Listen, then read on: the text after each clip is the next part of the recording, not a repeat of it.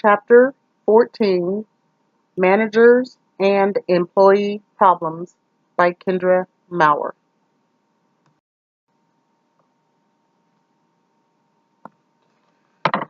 People problems are an inevitable component for anyone who manages others or supervises their work.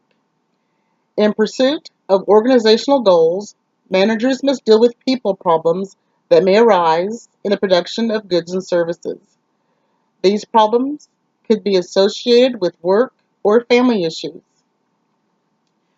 Managers have more than enough to do without spending time tending to the problems of those they supervise. But as long as there are people in the workplace, managers can expect people problems. It's one of the less appealing aspects of being a manager and an unavoidable part of the job. Problems can come because of job-related difficulties, personal problems, or a combination of both. Some are able to keep work and personal problems separate from one another, others cannot. Those are the ones who bring their problems to the job. Outside observers can say that an employee's personal problems are no business of the manager. This is correct to a point, but if an individual's problems are affecting work through decreased performance, reduced productivity, or disruption of the department's ability to operate normally, then the manager must become interested because it affects the department's operations. Performance or relationship problems that affect a working environment are one of the vital interest to the supervisor and manager. Managers must always address the results of behavior and never attempt to infer cases of that behavior. Managers who come across an employee that is having problems or exhibiting inappropriate behavior, they can take that individual aside and tell them through whatever channels used by the organization that their current behavior actions are causing problems. They can point out these errors of judgment or improper actions and offer suggestions as to how these can be corrected. And using resources that are available, they can provide whatever help is needed to take appropriate corrective action. If the manager is unable to help the individual, then they must refer them to an appropriate person or agency. This usually means a referral to an employee health service or an organization's employee assistance program or EAP. The primary purpose of taking steps is to correct the employee's performance or behavior. Corrective processes are used to correct behavior. Disciplinary action is one of those corrective processes, and this involves punishment and its underlying reason, and is to teach or correct a problem or behavior that the employee has. It is essential to separate problems of performance from the true behavior problems. Department managers find it necessary to address different kinds of problems presented by employees on the job. There are performance problems, which are manifested in an employee's failure to consistently meet the expectations and requirements of their job. Behavior problems, they involve violations of policies or work rules, and these are basically conduct issues. Basically, when an employee cannot perform, then the issue involves a performance problem. When an individual will not perform, then the issue is a behavior problem. Workers need to know what is expected of them and required of them. That's why a thorough orientation and education is a requirement of each employee. Lots of employers offer, or new employees are required to go to a new employee orientation where they are taught or learn the policies and procedures of the organization, also to learn the mission and value statement of the organization. And then once they are sent to their department, they are then instructed on the policies and procedures of that department and the rules that they must follow. Now, concerning performance, it is essential that all employees be thoroughly trained and given every opportunity to learn their job. And that's basically why a lot of employees have a 90-day probationary period. In addressing performance problems, there are many steps. There are some steps that managers can take.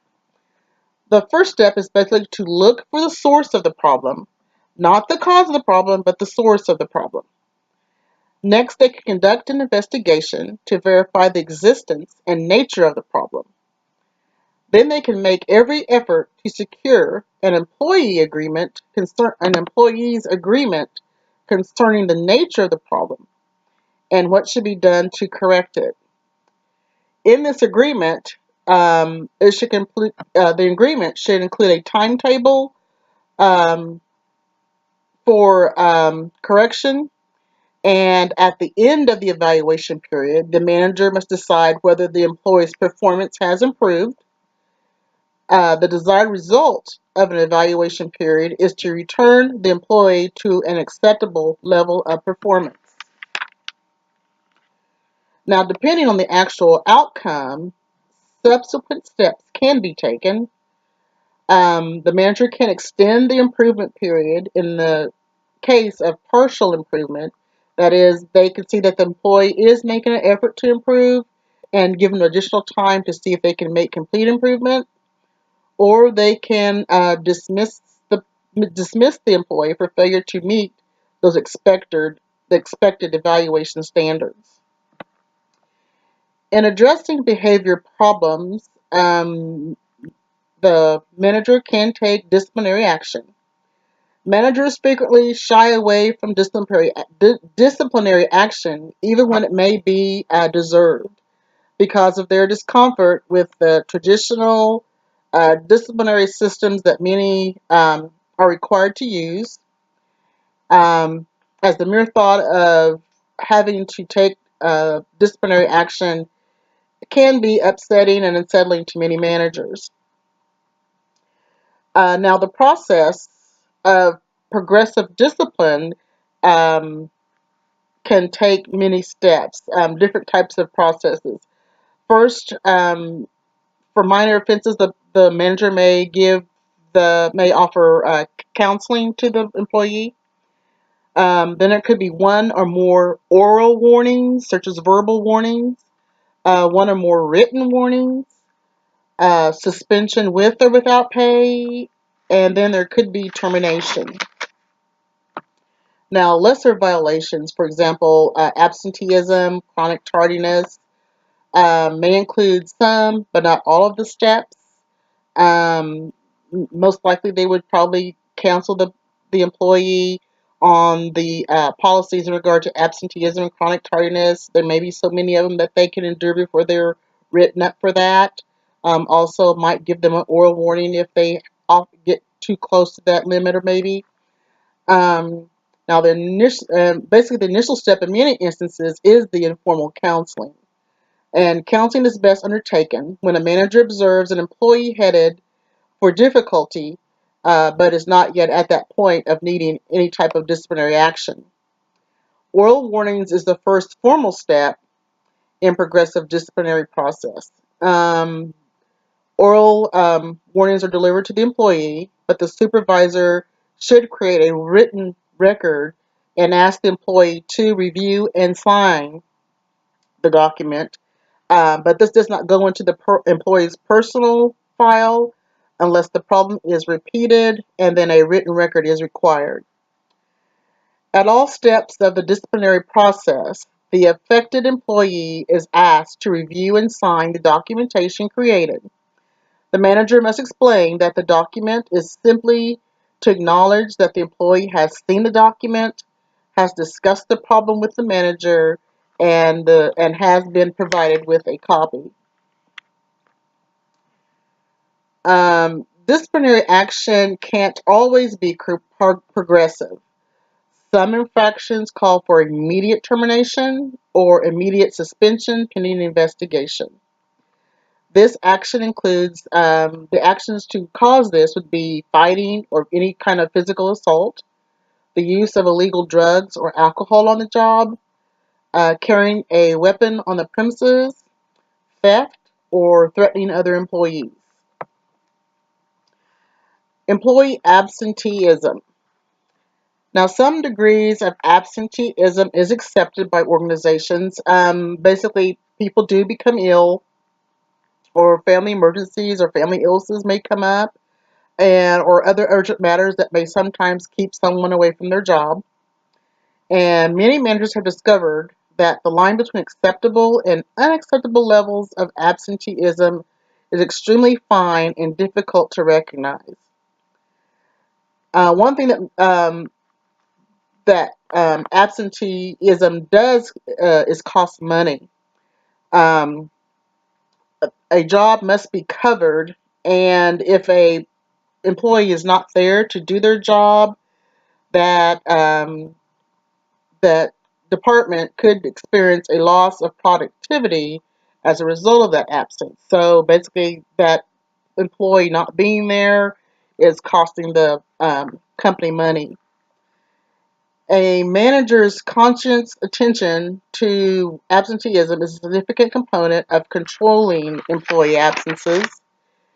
An employee may abuse sick time as they see that the manager pays little or no attention to their absences. And if the manager is attentive and watches for these patterns of absences, they are more reliable. They're more reliable um, to to those signs um, of sick time abuse. And any employee who appears to be getting close to a level of absences that could trigger disciplinary action, um, they must be counseled and explained, and make sure that you explain the company policy to them and point out the consequences, um, that the next unexcused absence is unacceptable. Effective supervisors and managers do not wait until disciplinary action is required to speak up. They usually will try to help that person when they start seeing a pattern of abuse, and try to um, help that employee before it gets too bad. And basically, the manager's intent is to help that employee improve and succeed. Earlier, I had spoke about employee assistance programs, or the EAP. And companies that have the EAP program are basically sending a message to their employees that they care about them. Because the EAP program provides information, assessments, advice, and referrals for employees experiencing personal problems that it can affect them as individuals and employees.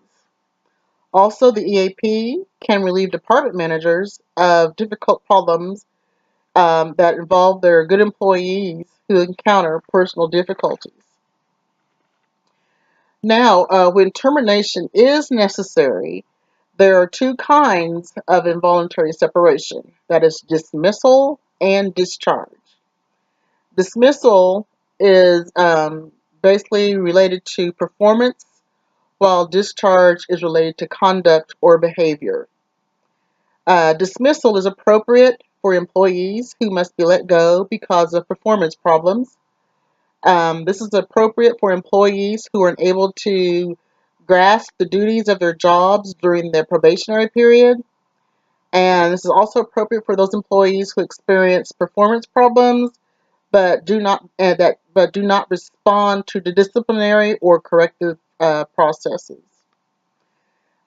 Discharge is basically termination for cause and is more commonly known as being fired. This should occur only after all elements of an organization's progressive disciplinary process has been applied and the employee hasn't failed to correct their behavior.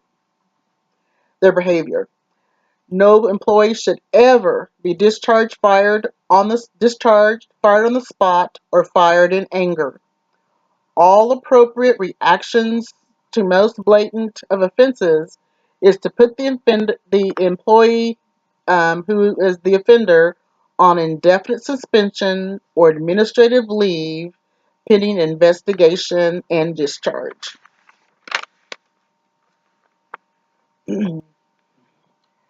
um,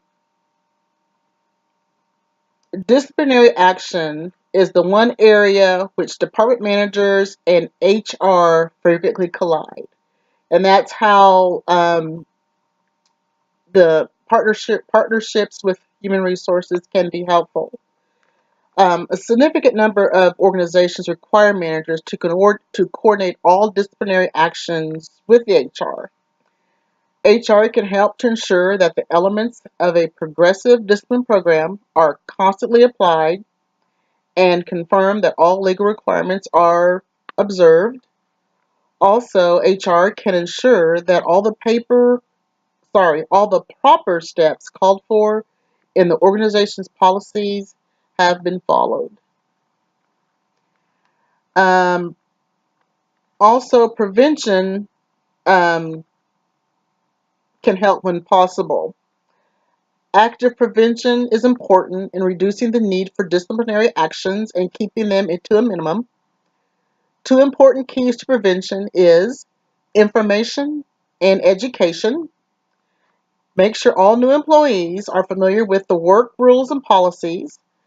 These include um, um, all the policies and regulations of the organization, which are covered during the organization's new employee orientation. Managers should periodically review the rules and policies with the entire staff in their department, and this can be done by covering one or two items at every regular scheduled staff meeting. At my current employer, we meet weekly. Our department, um, we meet with our manager, our department manager, and to discuss any new policies, any new information that we need to know about. And also periodically, they do go over some policies that need to be reinforced, that some are not maybe not following correctly, and those are discussed during these meetings. And it's very helpful to us as we are able to um, communicate with our managers on any problems that we may have at that time also. Also, successful managers remain alert to signs and signals that indicate the possibility of employee problems, and managers who remain visible and available to employees can help to prevent the need for disciplinary action. Now, the elements of effective corrective action are knowledge, timing, consistency, and intimidation. Knowledge basically is to keep knowledge current. Supervisors must be familiar with the organization's policies and rules, and they must be familiar with their progressive disciplinary process and know the contacts in HR with whom they need to coordinate any type of disciplinary action. Timing. Do not delay deserved criticism or disciplinary action any longer than necessary. Immediate actions are more likely to be effective, as delay only weakens the impact of the actions taken and also lessens their importance. Consistency. Managers must strive for consistent treatment of all employees. Policies and rules must be applied consistently, regardless of who is involved. Intimidation. Effective managers do not allow themselves to be influenced by employees who try to intimidate them. Managers must react to problems as they arise without being influenced. No matter how specialized or valuable they may think they are, no employees are indispensable. A department or organization cannot maintain a double standard of employee conduct. Document. Without supporting documentation of past difficulties or disciplinary action, those problems simply don't exist. Every instance of reprimand or disciplinary action must be properly documented and submitted for inclusion into the employee's personnel file. Supervisors should never attempt or proceed with a personnel action without ensuring that the appropriate documentation exists. Basically, the managers and supervisors need to work with HR in this process. And in conclusion, problems related to employees are inevitable in any organization. Managers must be ready to respond to performance and behavior problems in a progressive manner using the protocols that have been approved by the organization. Rules, procedures, and penalties for noncompliance must be clearly explained to all employees. Preventive measures can help avoid some disciplinary actions. This can be done through ongoing education and keeping lines of communication open between management and employees. If any type of discipline is needed, it could be in the form of suspension, dismissal, or discharge. Also, documentation is essential and a requirement for any employee action involving human resources. And finally, the primary purpose of disciplinary action is correction of behavior. Managers would like to be able to correct the behavior of the employee to keep them on if they are good employees, but also if they're unable to follow the protocols and the policies of the organization, then they need to be removed. Thank you.